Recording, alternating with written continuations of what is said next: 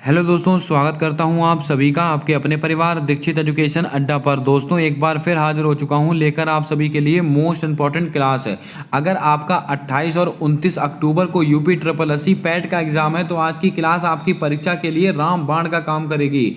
History से एक सवाल ऐसा नहीं होगा जो आपकी आज की क्लास से आपसे पूछा नहीं जाएगा। सारे सवाल आपको नोट करने हैं अपनी कॉपी के अंदर। ऐसे मान के चलिए बिल्कुल पेपर लीक वाले सवाल होंगे, सीधा सीधा दोस्तों आपको पेपर में देखने को मिलेंगे।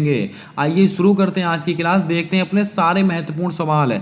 हमसे पहला सवाल पूछा गया कि द्वितीय बौद्ध संगति कहां पर आयोजित हुई थी, यानी कि द्वितीय बौद्ध संगति का संबंध कहां से है। राजगृह, वैशाली, पाटलिपुत्र, कुंडलवन। दोस्तों आपको पूरी बौद्ध संगति में यहां पर नोट करा देता हूं, नोट कर लीजिएगा।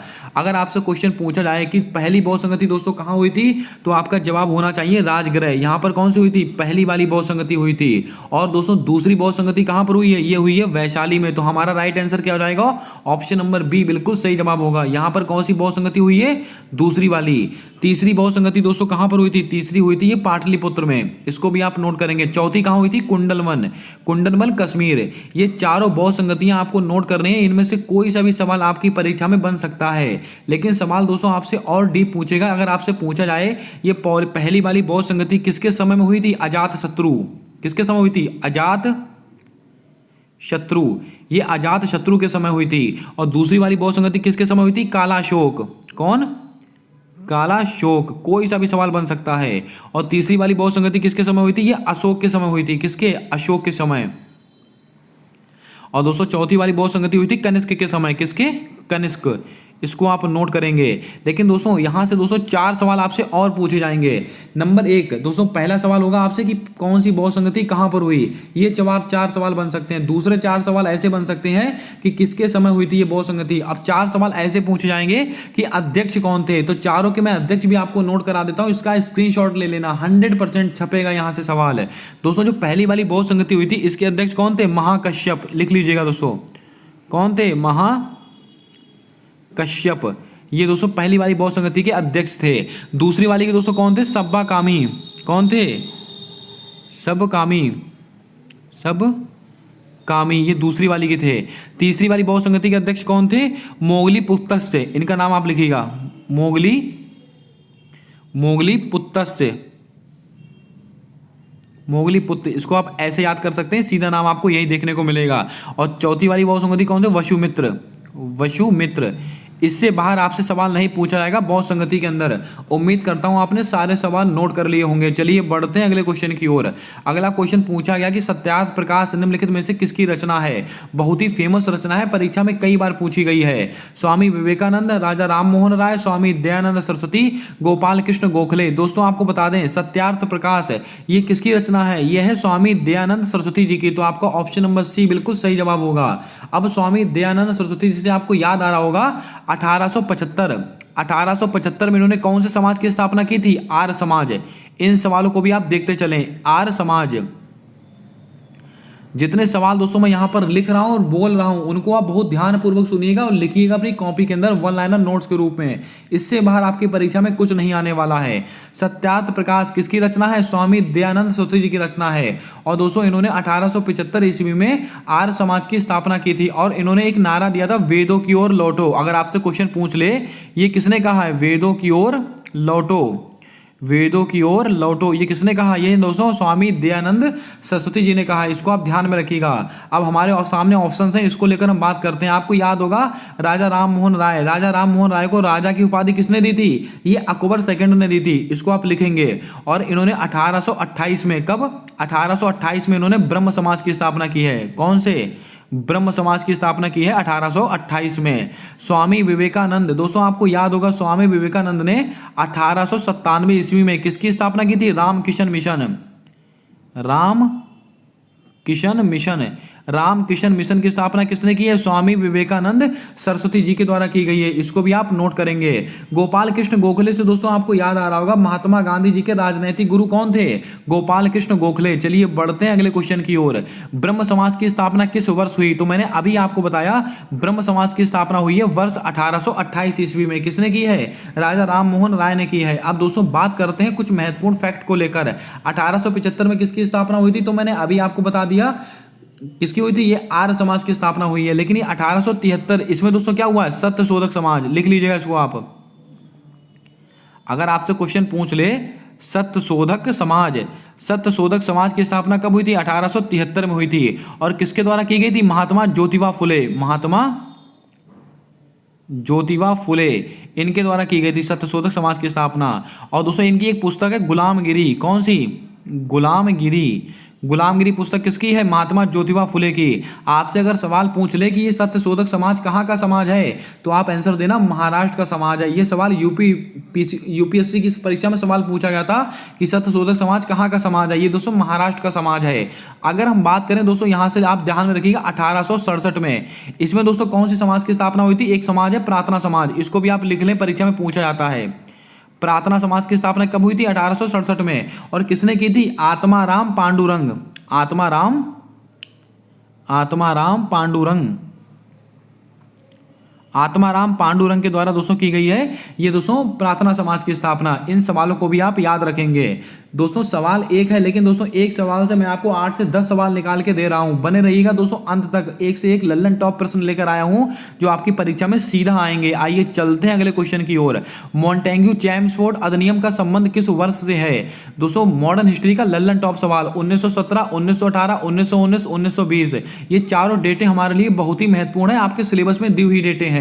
दोस्तों मॉन्टेग्यू चैम्सफोर्ड अधिनियम, इसका संबंध किस वर्ष से है? तो बच्चा बताएगा 1919 का है। तो आपका ऑप्शन नंबर सी बिल्कुल सही जवाब होगा। लेकिन 1919 में 3 चीजें आपको याद रखनी है। नंबर 1 मॉन्टेग्यू चैम्सफोर्ड अधिनियम। नंबर 2 आपको याद होगा रोलैक्ट एक्ट। अगर आपसे क्वेश्चन पूछ ले रोलैक्ट एक्ट ये कब पारित हुआ था? रोलैक्ट एक्ट कब आया था? 1919 का है। और जलियांवाला बाग हत्याकांड, जलियांवाला हत्याकांड ये कब हुआ था? 13 अप्रैल 1919 को हुआ था। आपको याद होगा। अब दोस्तों सवाल कैसा घुमाएगा? आपसे पूछेगा जलियांवाला बाग हत्याकांड के समय वायसराय कौन थे या दोस्तों गवर्नर जनरल कौन थे, तो आप सीधा बताएंगे मॉन्टेग्यू चैम्सफोर्ड थे। दोस्तों आपको घबराने की जरूरत नहीं है, सीधा आंसर आप बताना। अब दोस्तों बात करते हैं ऑप्शंस को लेकर। 1917 में क्या हुआ था? तो बच्चे को पता, चंपारण सत्याग्रह। चंपारण सत्याग्रह, चंपारण सत्याग्रह कब हुआ था? 1917 में हुआ था। और किसके द्वारा दोस्तों किया गया था? महात्मा गांधी जी के द्वारा। आपको बता दें दोस्तों ये नील की खेती के विरोध से संबंधित था। अगर दोस्तों आपको याद हो 1918, इसमें क्या हुआ था? खेड़ा आंदोलन। मोस्ट इंपॉर्टेंट सवाल है। और दोस्तों यहां से एक सवाल पूछा जाता है कि महात्मा गांधी जी ने भूख हड़ताल को अपना दोस्तों हथियार कब बनाया था? ये 1918 के खेड़ा आंदोलन के दौरान। और 1920 में क्या हुआ था? तो आप सबको पता है असहयोग आंदोलन हुआ था। एक सवाल ऐसे पूछा जाता है कि असहयोग आंदोलन किस घटना के दौरान बंद किया गया था? तो दोस्तों आपको याद रखना है चौरी चौरा घटना। ये कब हुई थी? फरवरी 1922 में हुई थी चौरी चौरा घटना। इस घटना के कारण असहयोग आंदोलन को समाप्त कर दिया गया था, इसको बंद कर दिया गया था। उम्मीद करता हूं आपने नोट कर लिया होगा। चलिए बढ़ते हैं अगले क्वेश्चन की ओर। अगला क्वेश्चन पूछा गया कि कलिंग युद्ध के बाद अशोक ने कौन सा धर्म अपनाया? बहुत ही अच्छा सवाल है दोस्तों, आपका मौर्य साम्राज्य से। आपके सिलेबस में देके रखा है मौर्य साम्राज्य, 100% आएगा आपकी परीक्षा में। कलिंग युद्ध के बाद अशोक ने कौन सा धर्म अपनाया था? बौद्ध धर्म, जैन धर्म, ईसाई धर्म, मुस्लिम धर्म। दोस्तों आपको बता दें इन्होंने बौद्ध धर्म अपनाया था। तो राइट आंसर क्या होगा? ऑप्शन नंबर ए बिल्कुल आपका सही जवाब होगा। अगर आपसे क्वेश्चन पूछ ले कलिंग युद्ध हुआ कब था? 261 ईसा पूर्व में हुआ था। इसको भी आप नोट करेंगे, 261 ईसा पूर्व में। दोस्तों आपको बता दें जो अशोक थे, अशोक कौन? अशोक थे, ये कब गद्दी पर बैठे थे? ये दोस्तों 269 ईसा पूर्व मगध की राजगद्दी पर अशोक बैठे थे। और दोस्तों आपको बता दें राजगद्दी पर बैठने के समय उस समय वह अवंती के राज्यपाल थे। ये बात आप नोट करके रखिएगा। आपसे परीक्षा में सवाल पूछेंगे कि जब अशोक गद्दी पर बैठे तो दोस्तों वो कहाँ के राज्यपाल थे? वो अवंती के राज्यपाल थे। इसको आप लिख लीजिएगा, कहीं पर अच्छा सवाल है। और एक सवाल आपसे बहुत पूछा जाता है कि अशोक के अभिलेखों को सर्वप्रथम किसने पढ़ा था? तो दोस्तों आप नाम लिखिएगा इनको, जेम्स प्रिंसेप। क्या नाम था? James Prinsep. Prinsep, James Prinsep इनका नाम है, जिसने अशोक के शिलालेखों को पहली बार पढ़ा था। इसको आप ध्यान में रखिएगा, अच्छा क्वेश्चन है। चलिए बढ़ते हैं अगले क्वेश्चन की ओर। अगला क्वेश्चन हमसे पूछा गया है, मौर्य वंश का अंतिम शासक कौन था? जल्दी से बताइएगा, बहुत ही अच्छा सवाल है। कुणाल है, महेंद्र है, जेम्स प्रिंसेप है, बृहदत्त है। दोस्तों यहां से एक ऑप्शन तो आपका कट गया, मैंने अभी आपको डिस्कस कर दिया है कि दोस्तों ये कौन थे। अब दोस्तों बताइएगा इन तीन में से, कुणाल है, महेंद्र है, बृहदत्त है। दोस्तों आपको याद होगा मौर्य वंश का अंतिम शासक कौन था? ये बृहदत्त है। तो आपका राइट आंसर क्या होगा? ऑप्शन नंबर डी आपका बिल्कुल सही जवाब हो जाएगा। इसको भी आपको ध्यान में रखना है। चलिए बढ़ते हैं अगले क्वेश्चन की ओर। सर्वप्रथम रजत मुद्राओं का प्रचलन किस वंश में हुआ? मौर्य वंश, गुप्त वंश, चोल वंश, सातवाहन वंश। लगाइएगा स्टार, आपकी परीक्षा में यहां से 100% आपको सवाल देखने को मिलेगा। दोस्तों सबसे पहले जो चांदी की मुद्राएं थी, रजत माने क्या होता है? चांदी। दोस्तों इसकी मुद्राओं का प्रचलन किस वंश में हुआ? तो दोस्तों आपको याद रखना है गुप्त वंश। तो आपका राइट आंसर क्या होगा? गुप्त वंश आपका बिल्कुल सही जवाब होगा। आपका ऑप्शन नंबर बी बिल्कुल आपका सही जवाब हो जाएगा। इसको आप ध्यान में रखें। अब दोस्तों बात करते हैं कुछ महत्वपूर्ण चीजों को लेकर। दोस्तों यहां पर आपको दे रखा है गुप्त वंश। गुप्त वंश के संस्थापक कौन थे? जल्दी से बताइएगा, गुप्त वंश के संस्थापक कौन थे? तो आपको याद होगा श्रीगुप्त। कौन थे? श्रीगुप्त, ये गुप्त वंश के संस्थापक थे। इसको आप ध्यान में रखिएगा, बहुत ही अच्छा क्वेश्चन है, परीक्षा में कई बार आया हुआ सवाल है। अब दोस्तों यहां पर देके रखा हुआ सातवाहन वंश, ये क्यों महत्वपूर्ण है? इसको आप लिख लीजिएगा। सातवाहन वंश, इसके दोस्तों संस्थापक कौन थे? जल्दी से बताएं। सातवाहन वंश, इसके दोस्तों संस्थापक कौन थे? सिमुक। कौन थे दोस्तों? सिमुक। इसको आप लिखें, सिमुक करके दोस्तों कोई है, इनके संस्थापक थे। और एक सवाल दोस्तों एसएससी की परीक्षा में कई बार पूछा गया है कि जो सातवाहन वंश है इसमें दोस्तों सबसे महान शासक कौन था? तो दोस्तों अगर आपसे इसके संस्थापक पूछे तो आप बोलेंगे सिमुक, लेकिन सबसे महान शासक कौन था? गौतमी पुत्र सातकर्णी। इसको आप ऐसे लिखेंगे, गौतमी पुत्र सातकर्णी, गौतमी पुत्र सातकर्णी इस दोस्तों वंश के सबसे शक्तिशाली, सबसे महान शासक थे। इस बात को आपको ध्यान में रखना है। चलिए बढ़ते हैं अगले क्वेश्चन की ओर। भारत का नेपोलियन किसको कहा जाता है? कुमारगुप्त, स्कंदगुप्त, समुद्रगुप्त, विष्णुगुप्त। देखिए दोस्तों ऑप्शन मैंने इतने करीब रखे हैं, आप कंफ्यूज हो गए होंगे। भारत का नेपोलियन किसको बोला जाता है? जल्दी से बताएं। भारत का नेपोलियन बोला जाता है दोस्तों समुद्रगुप्त को। इसको आप ध्यान में रखिएगा, आपका राइट आंसर क्या होगा? समुद्रगुप्त आपका बिल्कुल सही जवाब होगा। इसको आप नोट करके रखिएगा। आपको बता दें समुद्रगुप्त कौन थे? चंद्रगुप्त प्रथम के बाद उनके पुत्र थे समुद्रगुप्त, जो कि शासक बने थे, और इनको भारत का नेपोलियन कहा गया था। इतनी बातें आपको याद रखनी है। अब ये कुमारगुप्त दोस्तों आपने बहुत बार सुना होगा नाम। ये क्यों महत्वपूर्ण है? क्योंकि इन्होंने नालंदा विश्वविद्यालय, अगर आपसे क्वेश्चन पूछ ले, नालंदा विश्वविद्यालय इसकी स्थापना किसके द्वारा की गई थी? इसकी स्थापना की गई थी कुमारगुप्त के द्वारा। इसको भी आप लिख के रखिएगा, अच्छा क्वेश्चन है, परीक्षा में बन सकता है। आइए चलते हैं अगले क्वेश्चन की ओर। अगला क्वेश्चन पूछा गया कि चीनी यात्री फाहियान किसके शासनकाल में भारत आया? समुद्रगुप्त, चंद्रगुप्त द्वितीय, चंद्रगुप्त प्रथम, कुमारगुप्त प्रथम। दोस्तों आपको बता दें कौन सा यात्री किसके शासनकाल में भारत आया? ये क्वेश्चन बार बार रिपीट होता है आपकी परीक्षा में। चीनी यात्री जो फाहियान था वो किसके समय में भारत आया था? तो नोट करके रखिएगा, ये चंद्रगुप्त द्वितीय के शासनकाल में आया था। तो आपका राइट आंसर क्या होगा? चंद्रगुप्त द्वितीय। लेकिन दोस्तों अगर आपके ऑप्शन में चंद्रगुप्त द्वितीय ना देके रखा हो तो दोस्तों आप विक्रमादित्य लगाकर आएंगे। इनका नाम क्या था? विक्रमादित्य। इसको आप लिख लीजिएगा दोस्तों कहीं पर, विक्रमादित्य। कई बार दोस्तों क्या होता है, ये चंद्रगुप्त द्वितीय ऑप्शन में नहीं देता है, विक्रमादित्य लिख देता है, आप कंफ्यूज हो जाते हैं। याद रखिएगा, चीनी यात्री जो फाहियान था वो चंद्रगुप्त द्वितीय या विक्रमादित्य के शासनकाल में भारत आया था। एक सवाल दोस्तों प्रीवियस ईयर में पूछा गया आपकी यूपी SSS की पैट की परीक्षा में कि ये नवरत्न, ये दोस्तों नवरत्न किसके दरबार में थे? तो दोस्तों आपको यही आंसर था, चंद्रगुप्त द्वितीय। ये दोस्तों याद रखिएगा, परीक्षा में ये सवाल आया हुआ है, हो सकता है दोस्तों दोबारा से आपसे परीक्षा में पूछ ले। अब दोस्तों कुछ महत्वपूर्ण चीजें मैं आपको यहाँ पर और बताता हूँ। अगर आपसे क्वेश्चन पूछ लिया जाए, ह्वेनसांग, कौन दोस्तों? ह्वेनसांग, ये किसके शासनकाल में भारत आया था? तो दोस्तों आप याद रखना, हर्षवर्धन के, किसके? हर्षवर्धन के शासनकाल में आया। और दोस्तों ये इब्न बतूता ये किसके शासनकाल में आया? तो आपको याद रखना है मोहम्मद बिन तुगलक के शासनकाल में भारत आया। उम्मीद करता हूं आपने नोट कर लिया होगा। अगर क्लास को पहली बार देख रहे हो तो क्लास को लाइक कर दें, चैनल पर नए हो तो चैनल को सब्सक्राइब कर बेल वाला आइकन ध्यान से दबा लें, ताकि आने वाली क्लासेस के अपडेट्स आप तक आसानी से पहुंचते रहें। अगर आपका यूपी SSS पैट का एग्जाम है तो उसके लिए मैं एक बहुत ही जबरदस्त ब्रह्मास्त्र लेके आने वाला हूँ। वो ब्रह्मास्त्र क्या होने वाला है मैं दोस्तों क्लास के अंत में बताने वाला हूँ, सुनकर जाइएगा। 100% दोस्तों 20 से 25 25 नंबर उस अकेली क्लास से आपको देखने को मिलेंगे। आइए बात करते हैं अपने नेक्स्ट क्वेश्चन की ओर। सजदा और पैबोस प्रथा किसके द्वारा शुरू की गई थी? बहुत ही अच्छा सवाल है, परीक्षा में कई बार आया हुआ सवाल है। कुतुबुद्दीन ऐबक, इल्तुतमिश, रजिया सुल्तान, बलबन। ये दोस्तों आपको बता दें ये मध्यकालीन भारत का सवाल है, यानी कि दोस्तों दिल्ली सल्तनत के कुछ महत्वपूर्ण क्वेश्चन मैं आपको बताने वाला हूं। सजदा और पैबोस प्रथा ये किसके द्वारा की गई थी? ये दोस्तों बलबन के द्वारा चलाई गई थी। तो आपका राइट आंसर क्या होगा? Option number D. अब आपको पता भी होना चाहिए कि ये सजदा और पैबोस प्रथा होती क्या है। दोस्तों कोई भी व्यक्ति अगर राजा के दरबार में जाता है तो सबसे पहले उसको लेट कर यानी कि दंडवत प्रणाम करेगा और राजा के पैरों को चूम कर उसको दोस्तों सम्मान देगा। ये होती थी सजदा और पैबोस प्रथा। किसने शुरू की थी? बलबन ने शुरू की थी। अब दोस्तों आपको याद होगा बलबन, एक बात याद रखिएगा दोस्तों, बलबन ने दोस्तों कौन सी नीति अपनाई थी? लौह एवं रक्त की नीति अपनाई थी। कौन सी? लौह एवं रक्त की नीति अपनाई थी बलबन ने। इसको आप ध्यान में रखिए, बहुत ही क्रूर शासक था ये। और दोस्तों इसने क्या किया था? चालीसा को समाप्त कर दिया। आपसे क्वेश्चन पूछा जाएगा कि चालीसा को किसने समाप्त किया? चालीसा का समाप्त किया था ये बलबन के द्वारा किया गया था। इसको आप ध्यान में रखिएगा। और दोस्तों इसने कौन सी उपाधि का धारण की थी? इलाही। ये इलाही की 200 उपाधि किसने धारण की है? बलबन के द्वारा धारण की गई थी। इसको आप नोट करके रखें। अब दोस्तों 1 से 2 फैक्ट मैं आपको यहां से और बताता हूं, जैसे कि कुतुबुद्दीन ऐबक। अगर आपसे क्वेश्चन ऐसे पूछा जाए, कुतुबुद्दीन ऐबक दोस्तों इसने अपनी राजधानी किसको बनाया था? तो दोस्तों आपको याद होगा लाहौर को। लाहौर को इसने अपनी राजधानी बनाया था। इसको आप ध्यान में रखें। और कुतुबुद्दीन ऐबक ने दोस्तों किसका निर्माण कराया है? 2.5 दिन का झोपड़ा, आपको याद होगा। और कुतुबुद्दीन ऐबक को लाख बख्श भी कहा जाता है, ये बात भी आपको याद रखनी है। और दोस्तों आपको याद होगा इल्तुतमिश इन्होंने क्या किया था? ये दोस्तों इसने अपनी राजधानी किसको बनाया था? दिल्ली को। ये नोट कीजिएगा।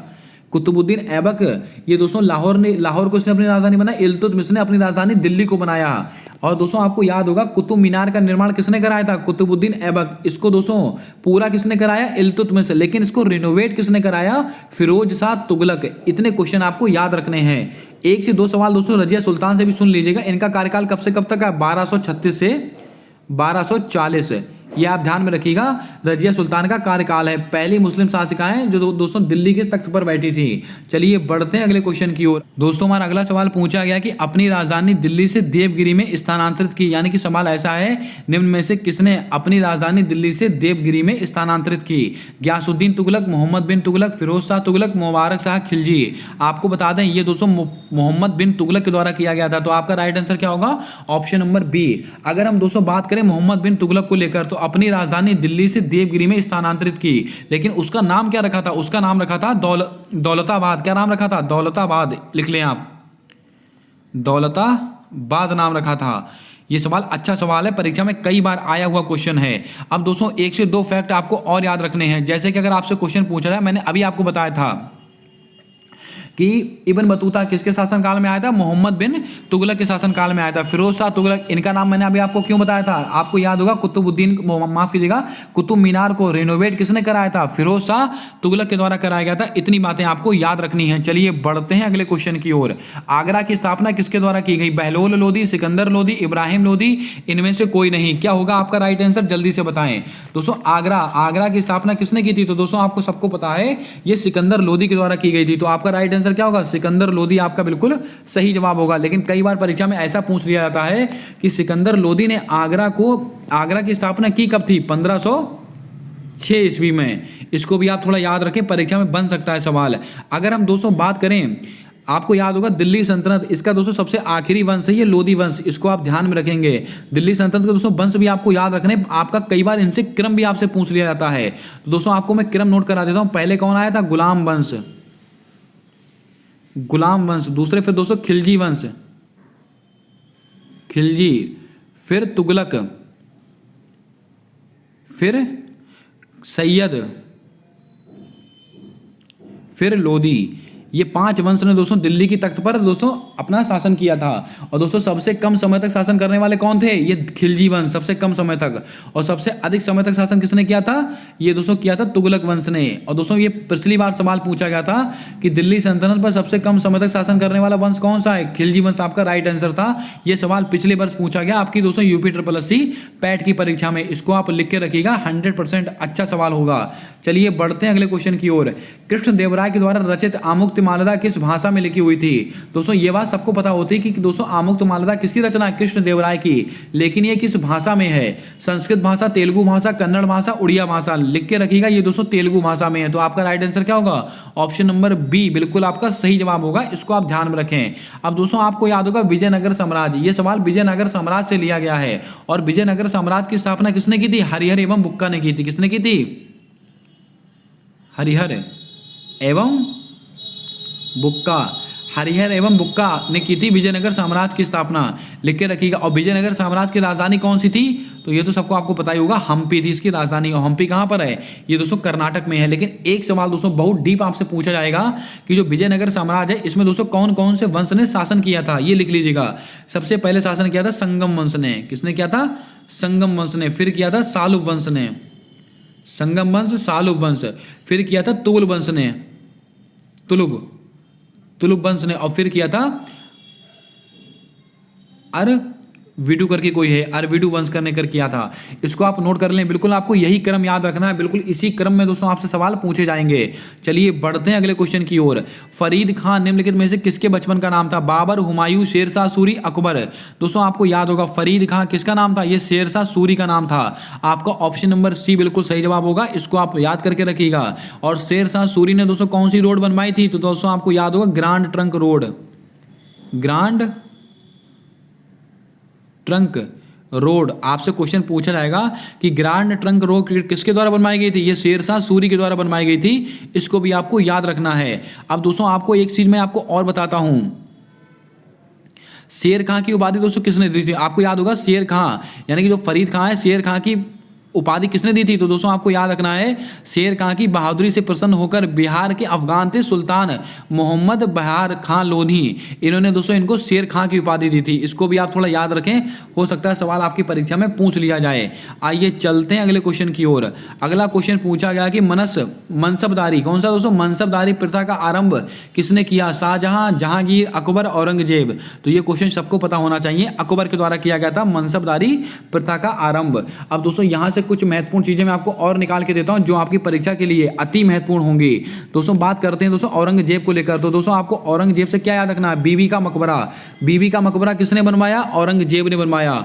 जजिया कर को पुनः लागू किसने किया था? औरंगजेब ने किया था। और एक सवाल पूछा जाता है, जो सिक्कों के 9वें गुरु थे, सिक्कों के 9वें गुरु थे, गुरु कौन थे? गुरु तेग बहादुर। इनको फांसी किसने दी थी? ये औरंगजेब ने दी थी। दोस्तों इतने सवाल जो मैं बोल रहा हूं वो आपकी कॉपी पे होने चाहिए 100%। सारे सवाल मैं दोस्तों महत्वपूर्ण आपको बता रहा हूं जो आपकी परीक्षा में आने ही आने हैं। इसको आप पढ़कर जाइएगा। अब दोस्तों बात करते हैं जहांगीर को लेकर। दोस्तों आपको याद होगा जहांगीर ने दोस्तों किसको फांसी दी थी? जल्दी से बताएं, जहांगीर ने किसको फांसी दी थी? तो आपको याद होगा सिक्कों के जो 5वें गुरु थे, 5वें गुरु थे गुरु अर्जन देव, इनको फांसी दी थी जहांगीर ने। ये सवाल अच्छे सवाल है, लिख लीजिएगा। आइए चलते हैं अगले क्वेश्चन की ओर। शिवाजी का जन्म किस वर्ष हुआ था? ये दोस्तों मराठा साम्राज्य का बहुत ही अच्छा क्वेश्चन है। 1626, 27, 28, 29। दोस्तों आपको याद रखना जो शिवाजी हैं इनका जन्म हुआ था वर्ष 1627 ईस्वी में। आपका ऑप्शन नंबर बी बिल्कुल सही जवाब होगा। इनके दोस्तों, और दोस्तों ये पूछ लिया जाए कि इनका जन्म हुआ कहाँ था? तो दोस्तों शिवनेर दुर्ग। कौन है ये? शिवनेर दुर्ग, यहाँ पर इनका जन्म हुआ था शिवाजी जी का। अगर आपसे पूछा है इनके पिता कौन थे, तो पिता का नाम आपको याद रखना शाहजी भोसले। माता कौन थी? माता थी जीजाबाई। लेकिन इनके गुरु कौन थे? गुरु महत्वपूर्ण हैं। गुरु थे कोंडदेव। कौन थे? ये कोंडदेव थे इनके गुरु। इसको आप याद करके रखिएगा, बहुत ही अच्छा क्वेश्चन है। और शिवाजी ने दोस्तों अपनी राजधानी किसको बनाया था? तो दोस्तों आपको याद होगा शिवाजी ने अपनी राजधानी बनाया था रायगढ़ को। किसको बनाया था? रायगढ़ को अपनी राजधानी बनाया था शिवाजी ने। और कब बनाया था ये भी लिख लीजिएगा। सब ये बनाया था 1656 ईस्वी में। और एक सवाल दोस्तों परीक्षा में कई बार आया है कि शिवाजी ने सूरत को अपने अधीन कब किया? ये सवाल भी आपको याद रखना। सूरत को अपने अधीन किया था 1664 में। 1664 में शिवाजी ने सूरत को अपने अधीन कर लिया था। माफ कीजिए, सूरत नहीं, सूरत की बात कर रहा हूं मैं। सूरत जो कि गुजरात में स्थित है, बच्चे को पता है। अब दोस्तों एक सवाल यहां से पूछा जाता है कि अष्टप्रधान किसके दरबार में थे? तो दोस्तों आपको याद रखना है अष्टप्रधान शिवाजी के मंत्रिमंडल को अष्टप्रधान कहा जाता है। तो दोस्तों शिवाजी आपका राइट आंसर होगा। चलिए बढ़ते हैं अगले क्वेश्चन की ओर। नादिर शाह ने दिल्ली पर आक्रमण कब किया? 1728, 1735, 1739, 1740। याद रखिएगा, नादिर शाह ने दिल्ली पर आक्रमण किया था 1739 ईस्वी में। तो आपका ऑप्शन नंबर सी बिल्कुल राइट आंसर हो जाएगा। इसको भी आपको याद रखना है। आपको बता दें, नादिर शाह ने लगभग दोस्तों भारत से 70 करोड़ रुपए की धनराशि और दोस्तों जो शाहजहां का बनवाया हुआ जो क्या था, मयूर सिंहासन। एक सवाल पूछा जाएगा कि मयूर सिंहासन किसने बनवाया? शाहजहां ने बनवाया। इस दोस्तों नादिर शाह ने जब आक्रमण किया था दिल्ली के ऊपर तो 1739 ईस्वी में किया था। और दोस्तों आपको बता दें 70 करोड़ रुपए की धनराशि और ये शाहजहां के द्वारा बनवाए गए मयूर सिंहासन तथा कोहिनूर हीरा लेकर ये कहाँ चला गया था? फारस चला गया था। इतनी लूटपाट की थी इसने भारत देश के अंदर। आइए चलते हैं अगले क्वेश्चन की ओर। अगला क्वेश्चन पूछा गया कि खालसा पंथ की स्थापना किसके द्वारा की गई? ये वो सवाल है दोस्तों, बहुत बार कंफ्यूज करते हैं। गुरु गोविंद सिंह, गुरु तेग बहादुर, रामदास, गुरु नानक। याद करके रखिएगा, जो खालसा पंथ है इसकी स्थापना किसने की है? गुरु गोविंद सिंह जी ने। तो आपका राइट आंसर क्या होगा? ऑप्शन नंबर ए बिल्कुल आपका सही जवाब होगा। अगर मान लीजिएगा आपसे पूछ ले कब की थी, 1675, 1708। इसको आप थोड़ा याद रखिएगा, ये डेट ऑफ है, इसको आप ध्यान में रखिएगा। गुरु तेग बहादुर दोस्तों अभी हमने डिस्कस किया था। गुरुदेव तेग बहादुर कौन थे?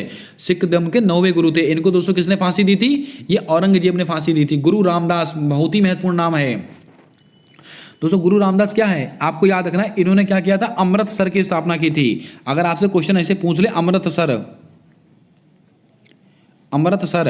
अमृतसर की स्थापना किसने की है? गुरु रामदास। और आपको बता दें अकबर गुरु रामदास से दोस्तों बहुत प्रभावित था। इसको आप ध्यान में रखिएगा, परीक्षा में कई बार सवाल आया है। और गुरु नानक देव कौन है? तो आप सबको पता है, ये दोस्तों सिख धर्म के संस्थापक हैं। कौन है? सिख धर्म के संस्थापक हैं गुरु नानक देव। इसको आप नोट करके रखिएगा। चलिए बढ़ते हैं अगले क्वेश्चन की ओर। अंग्रेजों के द्वारा पहले व्यापारिक फैक्ट्री कहाँ खोली गई? ये दोस्तों सवाल आपका ईस्ट इंडिया कंपनी से है। यानी कि दोस्तों बहुत ही महत्वपूर्ण सवाल है। पिछली बार सवाल आपसे ईस्ट इंडिया कंपनी की तरफ से पूछा गया था। सवाल आपकी परीक्षा में आया हुआ क्वेश्चन है। कानपुर, सूरत, कोचीन या इनमें से कोई नहीं। दोस्तों आपको बता दें, अंग्रेजों के द्वारा पहली व्यापारिक फैक्ट्री सूरत में खोली गई थी। तो आपका राइट आंसर क्या होगा? सूरत आपका बिल्कुल सही जवाब हो जाएगा। इसको आप ध्यान में रखिएगा। अब दोस्तों कुछ महत्वपूर्ण चीजें मैं आपको और बताता हूं। ईस्ट इंडिया कंपनी की स्थापना कब हुई थी? वर्ष 1600 ईस्वी में। दोस्तों ये कानपुर क्यों महत्वपूर्ण है? तो दोस्तों आपको याद रखना है, पुर्तगालियों ने, किसने? पुर्तगाली ने। आपको बता दें पुर्तगाली जो थे भारत में सबसे पहले आए थे और भारत में सबसे बाद में गए हैं पुर्तगाली। और दोस्तों पुर्तगालियों ने अपनी जो व्यापारिक फैक्ट्री थी वो कोचीन में खोली थी। इसको आप याद रखिएगा। लेकिन ये अंग्रेजों ने दोस्तों अपनी फैक्ट्री कहाँ पर खोली थी? दोस्तों आपको याद रखना है, सूरत के अंदर खोली थी। ये बात आपको याद रखनी है। बहुत ही अच्छा क्वेश्चन है, परीक्षा में आया हुआ क्वेश्चन है। और दोस्तों कब खोली है ये भी आप लिख लीजिएगा। क्या मालूम आपसे ये भी पूछ ले, 1608 ईस्वी में खोली थी। कब? 1608 में। चलिए बढ़ते हैं अगले क्वेश्चन की ओर। श्रीरंगपट्टनम की संधि कब हुई थी? 1791, 1792, 1793, 1799। बहुत ही अच्छा क्वेश्चन है दोस्तों, आपकी परीक्षा में आया हुआ क्वेश्चन है। ये श्रीरंगपट्टनम की संधि कब हुई थी? ये हुई थी 1792 ईस्वी में। तो कहाँ गया? राइट आंसर होगा आपका ऑप्शन नंबर बी। अब दोस्तों 1799 ये डेट भी हमारे लिए बहुत ही महत्वपूर्ण है। ये क्या है? फोर्थ, क्या है दोस्तों? फोर्थ आंग्ल मैसूर युद्ध। फोर्थ आंग्ल मैसूर युद्ध ये कब हुआ था? ये 1799 ईस्वी में हुआ था। इसको आप याद रखिएगा, बहुत ही अच्छा क्वेश्चन है। आइए चलते हैं अगले क्वेश्चन की ओर। अगला क्वेश्चन हमसे पूछा गया कि 1857 के विद्रोह में इलाहाबाद से कौन संबंधित है? दोस्तों ये सारे सवाल मैंने दोस्तों वहां से लिए हैं जो दोस्तों आपके सिलेबस में दिया हुआ है। फालतू का एक सवाल दोस्तों आपको यहाँ पर नहीं बताया गया। इसको आप बहुत ध्यानपूर्वक पढ़ते चलिएगा। दोस्तों 1857 के विद्रोह में इलाहाबाद से कौन था? तो आपको याद रखना है, ये लियाकत अली थे। तो आपका राइट आंसर क्या होगा? लियाकत अली। अब दोस्तों कौन कहां से संबंधित है इसको मैं नोट करा देता हूं, नोट कर लीजिएगा। खान बहादुर कहां से थे? ये बरेली से थे। कहां से? बरेली से थे। और ये अहमदुल्ला, ये दोस्तों कहां से हैं? तो दोस्तों अहमदुल्ला ये हैं दोस्तों, आपको याद रखना है। ये कहां से थे जल्दी से बताएं। अहमदुल्ला ये थे दोस्तों फैजाबाद से थे। ये अजीमुल्ला कहां से? अजीमुल्ला ये दोस्तों फतेहपुर से हैं। फतेहपुर से दोस्तों इन्होंने विद्रोह किया था। अब दोस्तों जो महत्वपूर्ण है वो तो आपको याद होगा, जैसे कि नाना साहेब और तात्या टोपे कहाँ से थे? कानपुर से थे। लखनऊ से कौन थी? बेगम हजरत महल। झांसी से कौन थी? रानी लक्ष्मीबाई। और दोस्तों कुंवर सिंह ये कहाँ से हैं? ये जगदीशपुर से हैं या बिहार से। ये परीक्षा में पूछा जाता है। कुंवर सिंह ये कहाँ से हैं? जगदीशपुर से थे और ये जो कि बिहार में स्थित है। इसको आप याद रखेंगे। अगला क्वेश्चन है, भारतीय राष्ट्रीय कांग्रेस की स्थापना के समय वायसराय कौन थे? परीक्षा में आया हुआ क्वेश्चन है, मोस्ट रिपीटेड सवाल है। सबसे पहले आपको पता होना चाहिए कांग्रेस की स्थापना कब हुई थी? 1885 ईस्वी में हुई थी। और उस समय दोस्तों वायसराय कौन थे? डफरिंग कहाँ गया? डफरिंग ये रहा। आपका राइट आंसर क्या होगा? ऑप्शन नंबर बी आपका बिल्कुल सही जवाब होगा। अब दोस्तों यहाँ से कुछ महत्वपूर्ण सवाल, लॉर्ड हॉर्डिंग ये दोस्तों कब थे? लॉर्ड हॉर्डिंग, ये सवाल दोस्तों आपका उसमें क्या नाम, आपका केबीसी में पूछा गया लॉर्ड हॉर्डिंग वाला। ये दोस्तों जब दिल्ली को राजधानी बनाया गया था, दिल्ली को राजधानी स्थानांतरित किया गया था, तब कौन थे? Lord Harding. और यही सवाल आपसे परीक्षा में पूछा गया था, माफ कीजिएगा केबीसी में पूछा गया था यही सवाल। और बंगाल विभाजन किसके समय हुआ है? लॉर्ड कर्जन के समय हुआ। बच्चा जानता है। अब दोस्तों आपको याद होगा कांग्रेस के दोस्तों 4 मीटिंगें जो आपको याद रखनी है अगर आप एग्जाम देने वाले हों। 1885 की, 1886 की और 1887 की और 1888 की, ये 4 मीटिंगें आपको याद रखनी है। सबसे पहला सवाल दोस्तों, कांग्रेस की पहली भारतीय महिला अध्यक्ष कौन है? तो आप कहेंगे सरोजनी नायडू। लेकिन अगर आपसे क्वेश्चन ऐसे पूछे कांग्रेस की पहली महिला अध्यक्ष, तो आपका जवाब होगा एनी बेसेंट। ये 2 सवाल लिख लीजिएगा। तीसरा सवाल, कांग्रेस की स्थापना कब हुई? 1885 में। कांग्रेस का दोस्तों पहला अधिवेशन कब हुआ था? 1885 ईस्वी में हुआ था। और कहां पर हुआ था? ये बॉम्बे में हुआ था। कहां पर? बॉम्बे में। और इसकी अध्यक्षता किसने की थी? तो दोस्तों आपको याद होगा किसने की थी, जल्दी से बताएं। व्योमेश चंद्र बनर्जी ने की थी। और कांग्रेस का दूसरा अधिवेशन कहां हुआ था? कोलकाता में। कहां पर? कोलकाता में। इसकी अध्यक्षता किसने की थी? दादा भाई नौरोजी ने। कांग्रेस का तीसरा अधिवेशन कहां पर हुआ था? मद्रास में हुआ था। और दोस्तों कब हुआ था? 1887 में। किसने किया था? दोस्तों आपको याद होगा, मुस्लिम है कोई, इनका नाम मुझे याद नहीं आ रहा, जल्दी से बताएं दोस्तों क्या नाम था इनका। 1887 के दोस्तों अधिवेशन की अध्यक्षता किसने की थी? जल्दी से बताएं कौन है मुस्लिम? बदरुद्दीन तैयब जी। कौन है? बदरुद्दीन तैयब। यहां से सवाल एक ऐसे पूछा जाता है, कांग्रेस का दोस्तों कौन सा अधिवेशन में पहले मुस्लिम अध्यक्ष कौन थे? ये बदरुद्दीन तैयब। और चौथी दोस्तों कहां हुई थी? इलाहाबाद में हुआ था। चौथा अधिवेशन कहां हुआ था? 1828 में, 1888 में इलाहाबाद में। और इसकी अध्यक्षता किसने की थी? George Yule. इसको भी आप लिख लें। ये वो सवाल हैं जो दोस्तों आपको कहीं नहीं मिलेंगे, 100% महत्वपूर्ण सवाल हैं। चलिए बढ़ते हैं आज के अगले क्वेश्चन की ओर।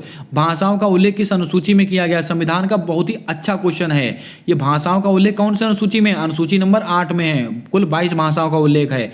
अनुसूची 6 में क्या है? तो आपको याद होगा अनुसूची 6, जल्दी से बताएं दोस्तों अनुसूची 6 में क्या है?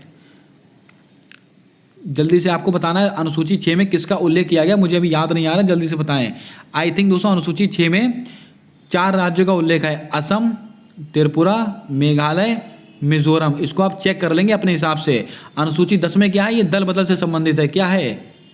दल बदल से संबंधित है। अनुसूची 10 52वां कॉन्स्टिट्यूशन अमेंडमेंट, आपको याद होगा। अब दोस्तों बात करते हैं अनुसूची 12, इसमें क्या है? ये दोस्तों नगरीय निकाय से संबंधित है। नगरीय निकाय से संबंधित है। 74वां कॉन्स्टिट्यूशन अमेंडमेंट है। और इसमें दोस्तों कितने विषय हैं? कुल 18 विषय हैं। आइए चलते हैं अगले क्वेश्चन की ओर। राज्यसभा का सभापति कौन होता है? तो बच्चे को बता देंगे उपराष्ट्रपति होता है। तो आपका राइट आंसर क्या होगा? ऑप्शन नंबर सी आपका बिल्कुल सही जवाब होगा। लेकिन उपराष्ट्रपति राज्यसभा का पदेन सभापति होगा।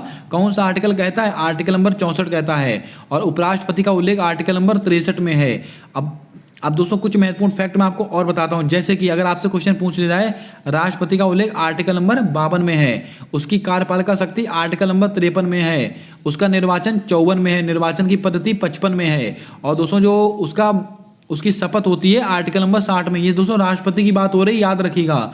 उस पर महाभियोग की प्रक्रिया 61 में है। क्षमादान 72 में है।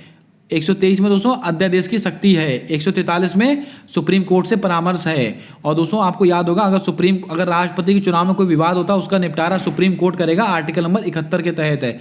ये लीजिए दोस्तों, सवालों के मैंने ढेर लगा दिया आपके सामने। सारे सवाल पढ़कर जाइएगा, कोई ना कोई सवाल आपको परीक्षा में जरूर देखने को मिलेगा केवल इस स्लाइड से। चलिए बढ़ते हैं अगले क्वेश्चन की ओर। ये सवाल पूछा गया कि थियोसॉफिकल सोसाइटी की स्थापना किसने की? बच्चों वाला सवाल है, आपको पता होना चाहिए। हेनेला बेलातस्की और हेनरी स्टील अल्कार्ट। तो आपका राइट आंसर क्या होगा? ऑप्शन नंबर ए बिल्कुल आपका सही जवाब हो जाएगा। इसको आप ध्यान में रखें। और कब की गई थी? आई थिंक 1875 ईस्वी में की गई थी। इसको आप अपने आप से एक बार जरूर से जरूर रीचेक कर लेंगे।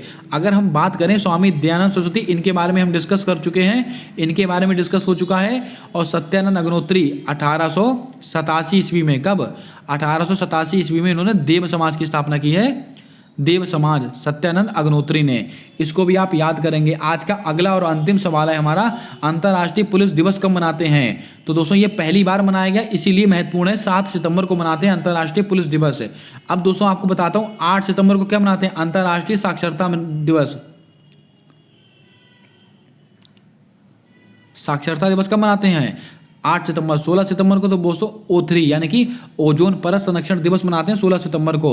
जल्दी से बताएं ओजोन परत किस मंडल में पाई जाती है? इसका जवाब आपको कमेंट करके देना है। और 27 सितंबर अंतर्राष्ट्रीय पर्यटन दिवस मनाते हैं।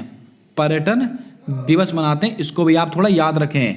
ये कुछ 25 सवाल थे जो दोस्तों मैंने आपके पूरे सिलेबस को कवर करते हुए लिए थे। अब आप कमेंट करके बताएं आज की क्लास आपको कैसी लगी, आज का कंटेंट आपको कैसा लगा। अब आपके लिए बहुत ही महत्वपूर्ण सूचना, मैं दोस्तों करंट अफेयर का ब्रह्मास्त्र लेकर आने वाला हूं, यानी कि जनवरी से लेकर और आपका ये सितंबर तक का करंट अफेयर, सितंबर अक्टूबर तक का करंट अफेयर लेके आने वाला हूं। आपको दोस्तों कम से कम कुछ नहीं तो कुछ नहीं 200 से 250 सवाल ऐसे बताऊंगा, और जो आपकी परीक्षा आप कोई सी भी देने वाले हो, चाहे आप Delhi police constable, UP police constable, SSC का कोई सा एग्जाम, कोई सा भी एग्जाम देने वाले हो, उन 200 से 300 सवालों से बाहर आपका कुछ नहीं जाने वाला है। कमेंट करके बताएं क्या ये क्लास होनी चाहिए कि नहीं, और आपका यूपी पैट के लिए तो ब्रह्मास्त्र का काम करेगी वो क्लास। उम्मीद करता हूं आज की क्लास आपको पसंद आई होगी। अगर आपको इसका पीडीएफ चाहिए तो आप हमारे टेलीग्राम चैनल को ज्वाइन कर सकते हैं। उसका लिंक मैंने अपने कम्युनिटी पोस्ट में पोस्ट करके रखा हुआ है, जाइएगा उसको ज्वाइन कर लीजिएगा। मिलते हैं नेक्स्ट क्लास में एक नए धमाकेदार टॉपिक के साथ, बिल्कुल दोस्तों आपके पेपर वाले प्रश्नों के साथ। तब तक के लिए जय हिंद, जय भारत दोस्तों।